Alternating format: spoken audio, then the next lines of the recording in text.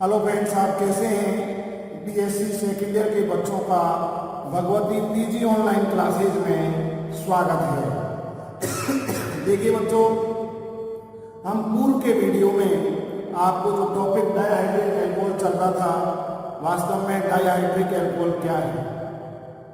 डायहाइड्रिक अल्कोहलों को हम ग्लाइकोल कहते हैं और ये 1, 2, 1, 3, 1, 4 स्थिति पर उपस्थित होते हैं।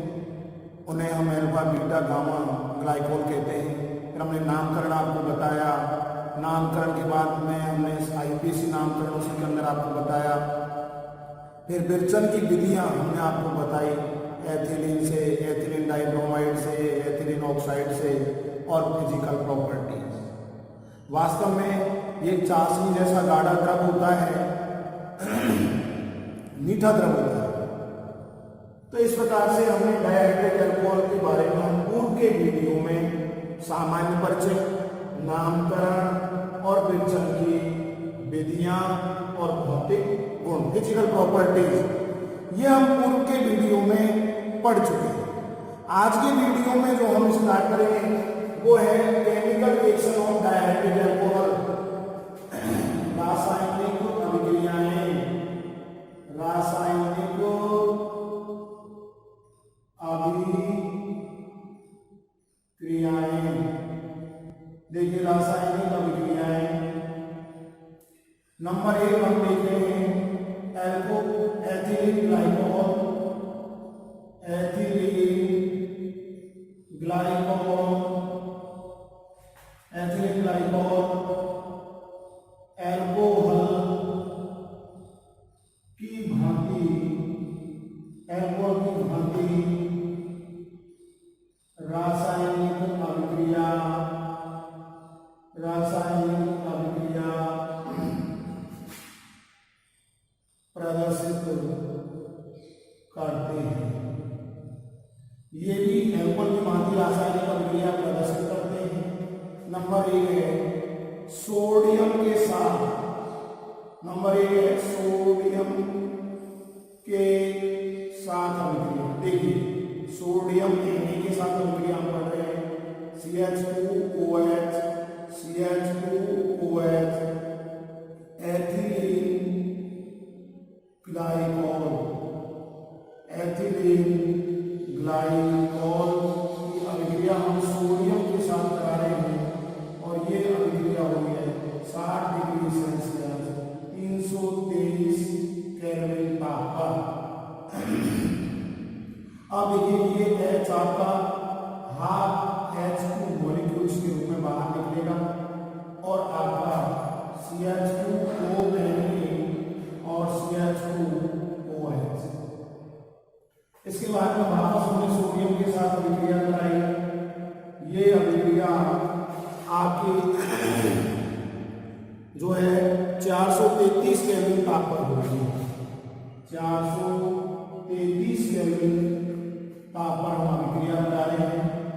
और देखिए 160 डिग्री सेल्सियस पर यह अभिक्रिया हुई है। अब देखिए ये हाफ H2 मॉलिक्यूल्स आपका बाहर निकल जाएगा और ये CH2ONA और CH2ONA। इस प्रकार से आपका डाई सोडियम ग्लाइकोलेट बन गया, डाई सोडियम ग्लाइकोलेट। ये तो देखिए बहुत ही महत्वपूर्ण रिएक्शन है। हम केमिकल रिएक्शन पढ़ रहे हैं डायहाइड्रिक अल्कोहलों की।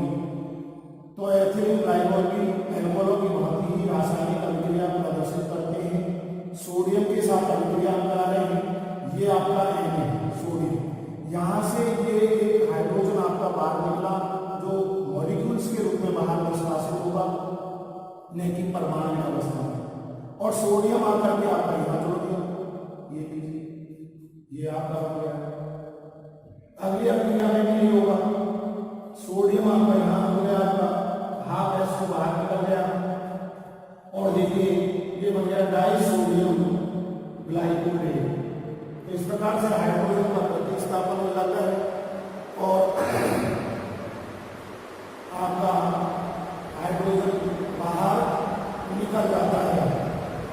अगला देखिए नंबर दूसरी अभिक्रिया जो है वो है हाइड्रोक्लोरिक अम्ल के साथ, हाइड्रोक्लोरिक अम्ल के साथ।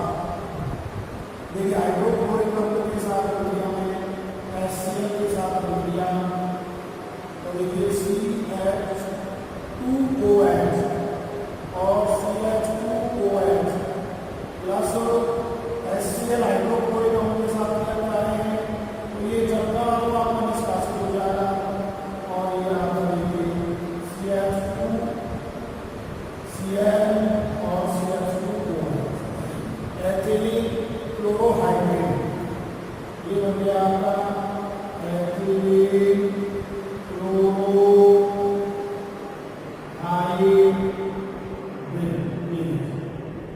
और ये आपका जलना बाहर निष्कासित हो गया। वापस हम HCl के साथ अभिक्रिया करते हैं तो ये जलना निष्कासित हो जाता है और ये H को बाहर निकल जाएगा और ये CH2Cl और CH2Cl और ये हो गया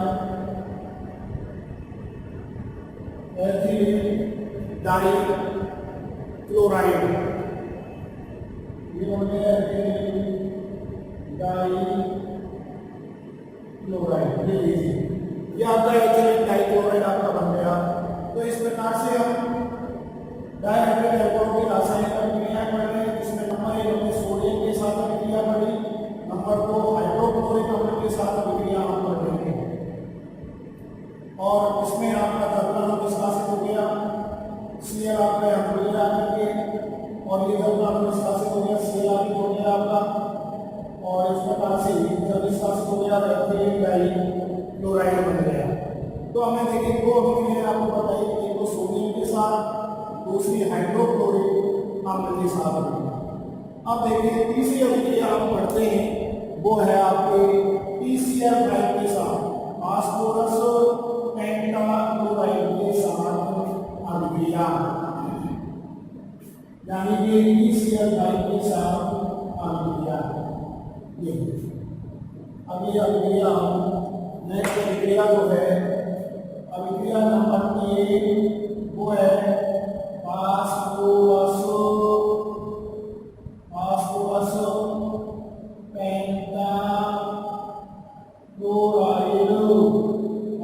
पेंटाक्लोराइड यानी कि PCl के साथ, फास्फोरस पेंटाक्लोराइड के साथ। देखिए ये हमारा CH2OH, ये हमारा CH2OH। हम देखिए PCl के साथ अभिक्रिया करा रहे हैं। ये देखिए आपका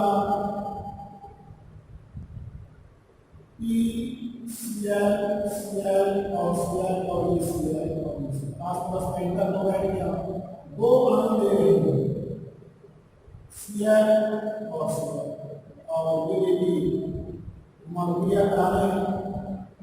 तो देखिए ये आपका POCl3 बाहर निकल गया और ये H प्लस ये माइनस, तो देखिए ये प्लस और ये माइनस, ये आपका निकल गया HCl। अब बचा ये Cl, तो यहाँ जुड़ गया आपका सेम उसी प्रकार से देखिए ये POCl3 आपका बाहर निकल गया और ये HCl ये आपका बाहर निकल गया और ये जो है ये आपका यहाँ पे जुड़ गया। तो देखिए CH2Cl और CH2Cl और POCl3 प्लस HCl, तो एक POCl3 आपका यहाँ से निकला, एक POCl3 आपका यहाँ से निकला और 2 POCl3 और उसी प्रकार से 2 HCl। ये बन गया आपका एथिलीन डाइक्लोराइड, ये एथिलीन डाइक्लोराइड आपका बन गया। तो हमें तीसरी अभिक्रिया भी पढ़ी, पहले सोडियम के साथ, दूसरी हमने पढ़ी थी HCl के साथ, हाइड्रोक्लोरिक अम्ल के साथ, तीसरी पढ़े फास्फोरस पेंटाक्लोराइड के साथ। तो इस प्रकार से अभिक्रिया को देखिए हम इस प्रकार से भी लिख सकते हैं, या आपको लग रहा है कि क्या हो गया इस तरीके से, ये हम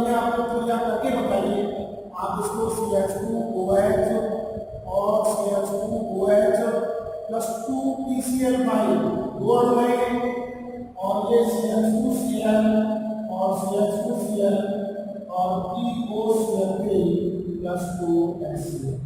आप इस तरीके से कर सकते हैं, लेकिन हमने आपको समझा के बताया वास्तव में POCl3 किस तरीके से निकलता है। ये माइनस होता है, ये प्लस होता है। इस प्रकार से POCl3 बन गया, ये माइनस और ये प्लस आपका। इस प्रकार से यहाँ से POCl3 निकल गया फास्फोरिक क्लोराइड और 2 हाइड्रोक्लोरिक अम्ल। तो इस प्रकार से हमने फास्फोरस मेटल क्लोराइड के साथ अभिक्रिया पढ़ी। अगली अभिक्रिया देखिए, नेक्स्ट अभिक्रिया हम आपको जो पढ़ाएंगे वो है अम्लों के साथ अभिक्रिया। अगली रिएक्शन नंबर 4 वो है अम्लों के साथ अभिक्रिया। फास्फोरस मेटल क्लोराइड के बाद में है अम्लों के साथ अभिक्रिया। तो देखिए हम रिएक्शन नंबर 4 पढ़ेंगे अम्लों के साथ अभिक्रिया। अम्लों के साथ अभिक्रिया, इसमें अम्लों के साथ अभिक्रिया में हम नंबर 1 है एसिटिक अम्ल के साथ। नंबर 1 पढ़ेंगे हम एसिटिक अम्ल के साथ अभिक्रिया। एसिटिक अम्ल के साथ अभिक्रिया यानी कि CH3COOH के साथ एसिटिक अम्ल के साथ देखिए, ये आपका CH2, ये OH, ये CH2O और ये OH। हम देखिए HOCO ये एसिटिक अम्ल है, एसिटिक अम्ल, ये एसिटिक अम्ल आपका और ये आपका एथिलीन ग्लाइकोल। ये एथिलीन ग्लाइकोल के साथ जाते हैं, ये जल का अणु आपका बाहर निष्कासित हो गया और ये H2O और देखिए CH2O, COCH3 और CH2OH।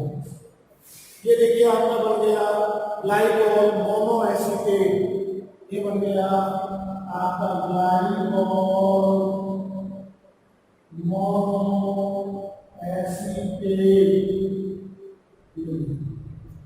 हम एसिटिक अम्ल की अधिकता में अभिक्रिया कराए, ये नंबर 1 रिएक्शन। दूसरी रिएक्शन देखिए इसी के अंदर CH2OH और CH2OH HOCOCH3 और ये HOCOCH3, ये एसिटिक अम्ल के 2 अणु हैं। एसिटिक अम्ल के 2 अणु। तो देखिए ये हमारा बाहर निकल गया, ये हमारा बाहर निकल गया।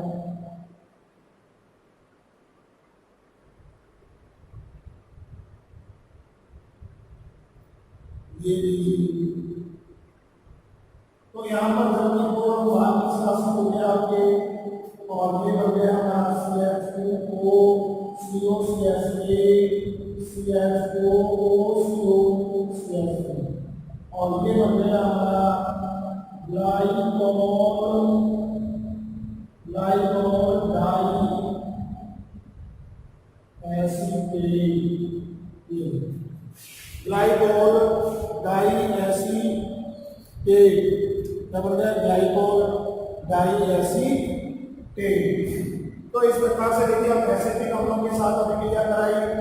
तो एसिटिक अम्ल में एथिलीन ग्लाइकोल के एक अणु के साथ अभिक्रिया कराते हैं, आपका जल का अणु बाहर निष्कासित हो जाता है, ये प्लस और ये माइनस, और आपका ग्लाइकोल मोनोएसिटेट बन जाता है।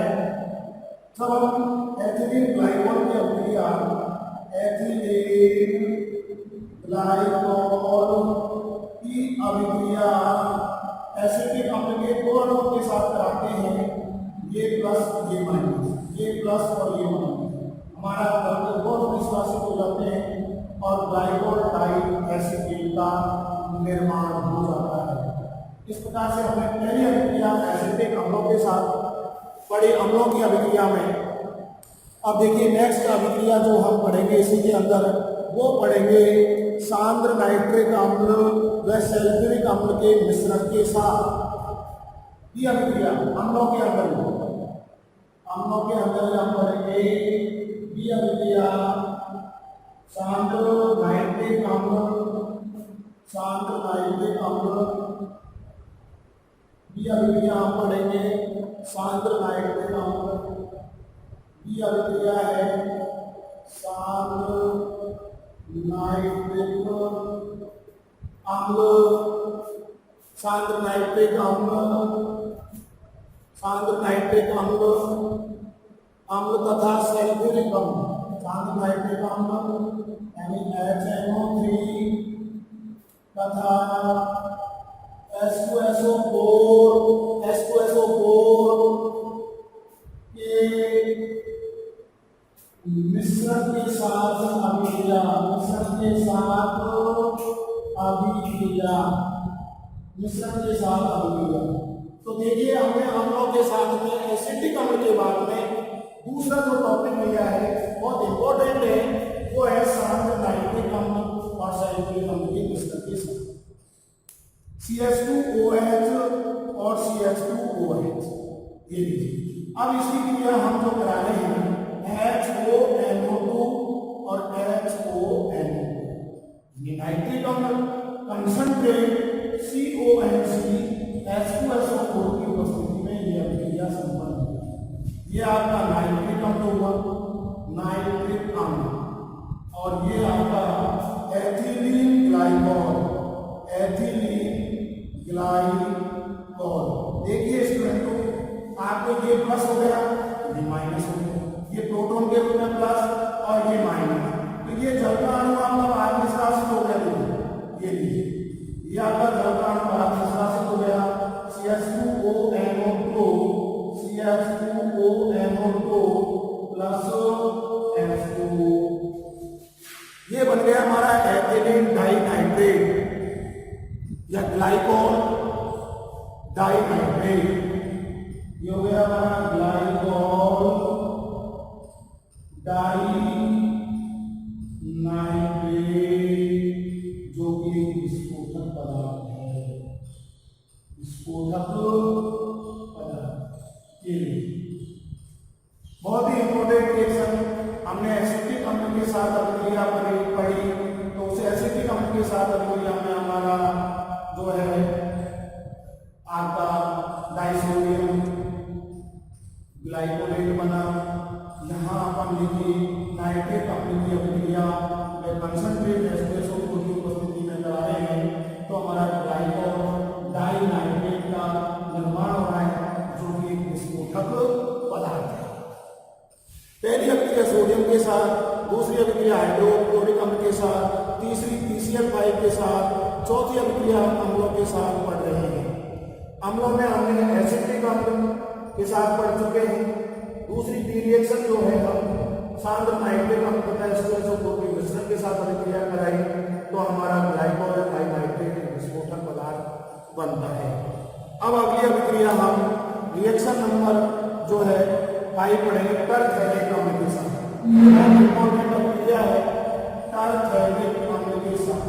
देखिए टरफेरिक अम्ल के साथ अभिक्रिया, रिएक्शन नंबर 5 टरफेरिक अम्ल के साथ। देखिए रिएक्शन नंबर 5 है टरफेरिक अम्ल के साथ। बहुत इंपॉर्टेंट रिएक्शन है। देखो एथिलीन ग्लाइकॉल HOCH2CH2OH, ये आपका आ गया एथिलीन ग्लाइकॉल, एथिलीन ग्लाइकॉल की अभिक्रिया HOC, और देखिए ये आपका COOH, ये हो गया आपका टरफेरिक अम्ल, टरफेरिक अम्ल। इसके एनम और इसके अब देखिए ये आपका H और ये आपका H और ये आपका OH, क्योंकि देखो ये प्रोटॉन प्लस, ये हाइड्रोक्सिल समूह माइनस, ये प्लस और ये माइनस। अब आपका देखिए माइनस NH2 बाहर निष्कासित हो गया, तो हमारे पास देखिए O ये bond CH2 OC double bond C double bond O का हॉलैंड, ये बन गया हमारा टेरिलिन या टेट्रा। टेरिलिन या टेट्रा। देखिए एस्टर समूह होता है इसके अंदर, तो पॉलीएस्टर पॉलीमराइजेशन बहुलकीकरण यौगिकों का निर्माण हो जाता है। तो टर्थ के साथ हम क्रिया कराते हैं हम एथिलीन ग्लाइकोल की, तो हमारे जो टेरिलिन या टेट्रोन का निर्माण हो जाता है। वेरी वेरी इंपॉर्टेंट रिएक्शन, बहुत ही मोस्ट रिएक्शन है। आप देखिए हम टर्थ हेलिकम आपका ये रहा और इसकी अभिक्रिया एथिलीन ग्लाइकोल के साथ कराते हैं, एन अणु आपके जल्दी निष्कासित हो जाते हैं और टेरिलिन का निर्माण हो जाता है। ये आपका एस्टर समूह, तो यहाँ पर पॉलीएस्टर समूह का निर्माण होता है टेरिलिन के अंदर, जिसका नाम हो है टेरिलिन या टेट्रोन बहुलक। अगली हम देखिए डायरेक्टिक एल्कोहलों की रिएक्शन नंबर 6 पढ़ेंगे, वो है ऑक्सीकरण करने पर। ये बहुत ही इंपॉर्टेंट रिएक्शन है। आप देखिए ऑक्सीकरण अभिक्रिया। अगली रिएक्शन नंबर 6 आपकी है ऑक्सीकरण करने पर।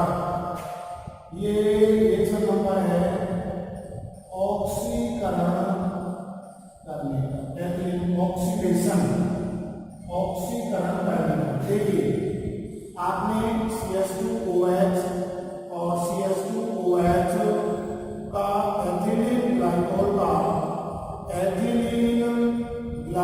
का ऑक्सीकरण किया। ये आपने देखिए इसका ऑक्सीकरण किया तो आपका H2 अणु बाहर निकला और ये बन गया CHO और CH2O। फिर वापस से हम ऑक्सीकरण करते हैं, तो देखिए हमने फिर आपका एल्डिहाइड मतलब बन जाना, फिर वापस हम ऑक्सीकरण करते हैं तो ये आपका COOH और COOH, ये देखिए ऑक्सैलिक अम्ल का निर्माण हो जाता है। ऑक्सैलिक अम्ल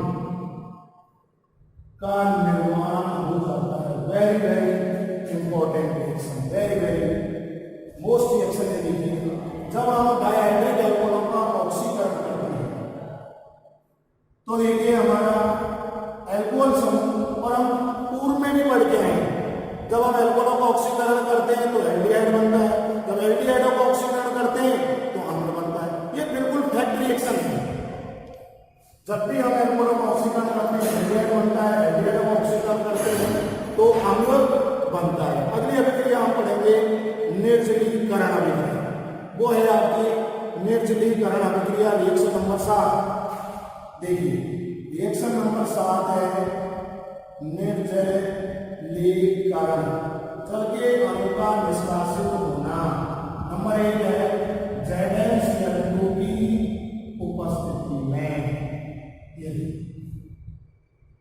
तो इसमें देखिए H bond C bond H bond OH bond C bond OH bond H और बॉन्ड H, ये आपका एथिलीन ग्लाइकोल है।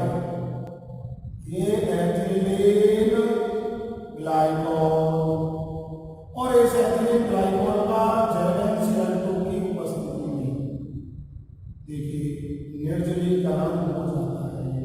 ये जल का अणु बाहर निष्कासित हुआ, तब 2 सिग्मा बॉन्ड टूटे तो एक पाइरोन का क्या हो गया, निर्माण हो गया। CH2 डबल बॉन्ड और ये हो गया हमारा CH2। ये आपका क्या बन गया, वाइनिल एल्कोहल, वाइनिल एल्कोहल। और इसका रीअरेंजमेंट करते हैं, इसको पुनः व्यवस्थित कर दें। रीअरेंजमेंट करने पर देखिए ये आपका क्या हो गया, रीअरेंजमेंट कर देंगे हम तो ये आपका H यहाँ आ गया और ये CH3 CH2 हो गया, ये हो गया एसीटेट एल्डेहाइड।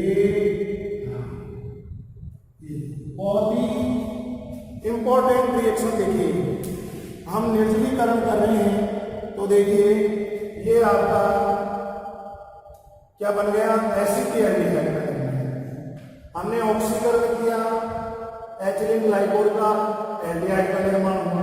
एल्डिहाइड को ऑक्सीकरण करते हैं, अम्ल का निर्माण होगा, ऑक्सैलिक अम्ल बन गया। अब देखिए हम निर्जलीकरण कर रहे हैं, निर्जलीकरण का मतलब किसी यौगिक से जल के अणु का निष्कासन होना। जल के अणु का, किसी भी यौगिक से जल के अणु का निष्कासन होना ही निर्जलीकरण कहलाता है। हम ZnCl2 की उपस्थिति में निर्जलीकरण कराते हैं तो देखिए वाइनिल एल्कोहल का निर्माण हो गया। किसका निर्माण हो गया, वाइनिल एल्कोहल का निर्माण हो गया। और वाइनिल एल्कोहल को हमने रीअरेंजमेंट किया तो हमारा एसीटेल्डिहाइड का निर्माण हो गया। अगली अभिक्रिया देखिए निर्जलीकरण के अंदर हम पढ़ेंगे तनु H2SO4 की उपस्थिति में गर्म करने का। देखिए तनु H2SO4 की उपस्थिति में गर्म करने पर, तनु H2SO4 की उपस्थिति में गर्म करने पर देखिए नंबर दूसरी रिएक्शन है तनु H2SO4 की उपस्थिति में गर्म करने पर हमने गर्म किया और ये हो गया हमारा CH2 और CH2, ये OH और ये OH प्लस, ये OH, ये CH2, ये CH2 और ये OH। आप देखिए तनु H2SO4 की उपस्थिति तो देखिए ये हमारा जल का अणु निष्कासित हो गया, ये हमारा जल का अणु बाहर निकल के जल का अणु बाहर निष्कासित हो गया। और ये देखिए हमारा O, ये हो गया हमारा CH2 CH2 CH2 और O, 1,4 डाइऑक्सी, ये लीजिए 1,4 डाइऑक्सिन का निर्माण हो गया और ये हमारे एथिलीन ग्लाइकोल के कितने अणु बन रहे हैं, 2। एथिलीन ग्लाइकोल के 2 अणुओं को गर्म करने पर तनु H2SO4 की उपस्थिति में डाइल्यूट तनु H2SO4 की उपस्थिति में गर्म करने पर 1,4 डाइऑक्सिन का निर्माण हो जाता है। तो ये भी बहुत इंपॉर्टेंट रिएक्शन है आपकी। अगली अभिक्रिया देखिए निर्जलीकरण के अंदर ही पढ़ेंगे हम, वो है फास्फोरिक, सांद्र फास्फोरिक अम्ल की उपस्थिति। तीसरी अभिक्रिया है सांद्र फास्फोरिक अम्ल की उपस्थिति, सांद्र फास्फोरिक अम्ल की उपस्थिति। तीसरी अभिक्रिया है सांद्र H3PO4 की उपस्थिति में, सांद्र फास्फोरिक अम्ल की उपस्थिति में। सांद्र फास्फोरिक अम्ल की उपस्थिति में हम देखिए CH2OH और CH2OH ये लीजिए प्लस ये आपका एथिलीन ग्लाइकोल के हमने 2 अणु हमने भी ये CH2 और ये जल का अणु आपका बाहर निकल, ये है आपका कंसंट्रेट H3PO4 यानी फास्फोरिक अम्ल।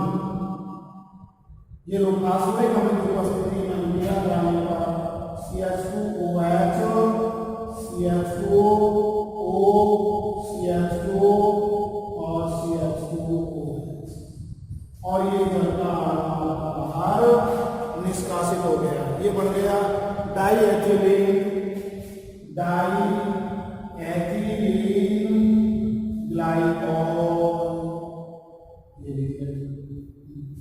Diethylene glycol. इसके बाद में नंबर 4 रिएक्शन है 500 डिग्री सेल्सियस ताप पर गर्म करने पर देखिए CH2OH और CH2OH ये हमारा एथिलीन ग्लाइकोल है और इस एथिलीन ग्लाइकोल को 500 डिग्री सेल्सियस ताप पर गर्म करने पर जल के अणु का निष्कासन हो जाता है CH2 और H2 ये बन गया हमारा एथिलीन ऑक्साइड। ये बहुत ही इंपॉर्टेंट रिएक्शन आज हमने पढ़ी। देखिए हमने रासायनिक अभिक्रिया डायएथिल अल्कोहलों की पढ़ी। उसमें सबसे पहले जो हमने अभिक्रिया पढ़ी सोडियम के साथ, दूसरी हाइड्रोक्लोरिक अम्ल के साथ, तीसरी PCl5 के साथ, चौथी अम्लों के साथ, अम्लों में भी एसिटिक अम्ल एक अणु के साथ, 2 अणुओं के साथ हमने अभिक्रिया पढ़ी। एसिटिक अम्ल के बाद में हमने सांद्र नाइट्रिक अम्ल व H2SO4 के मिश्रण के साथ अभिक्रिया पढ़ी। इसके बाद में 5वीं रिएक्शन हमने टरथैलिक अम्ल के साथ अभिक्रिया पढ़ी जिससे टैरिलेट का निर्माण हुआ। ऑक्सीकरण अभिक्रिया पढ़ी इसमें ऑक्जेलिक अम्ल का निर्माण होता है। और नंबर 7 हमने निर्जलीकरण में देखिए ZnCl2 की उपस्थिति में अभिक्रिया कराने पर आपका और तनु H2SO4 की उपस्थिति में अभिक्रिया कराने पर, फास्फोरिक अम्ल की उपस्थिति में अभिक्रिया कराने पर और 500 डिग्री सेल्सियस ताप की उपस्थिति में अभिक्रिया कराने पर आपका एथिलीन ऑक्साइड का निर्माण होता है। आज के लिए हम इतना ही पढ़ते हैं। धन्यवाद स्टूडेंट्सों। अगला वीडियो में हम अगला टॉपिक पढ़ेंगे।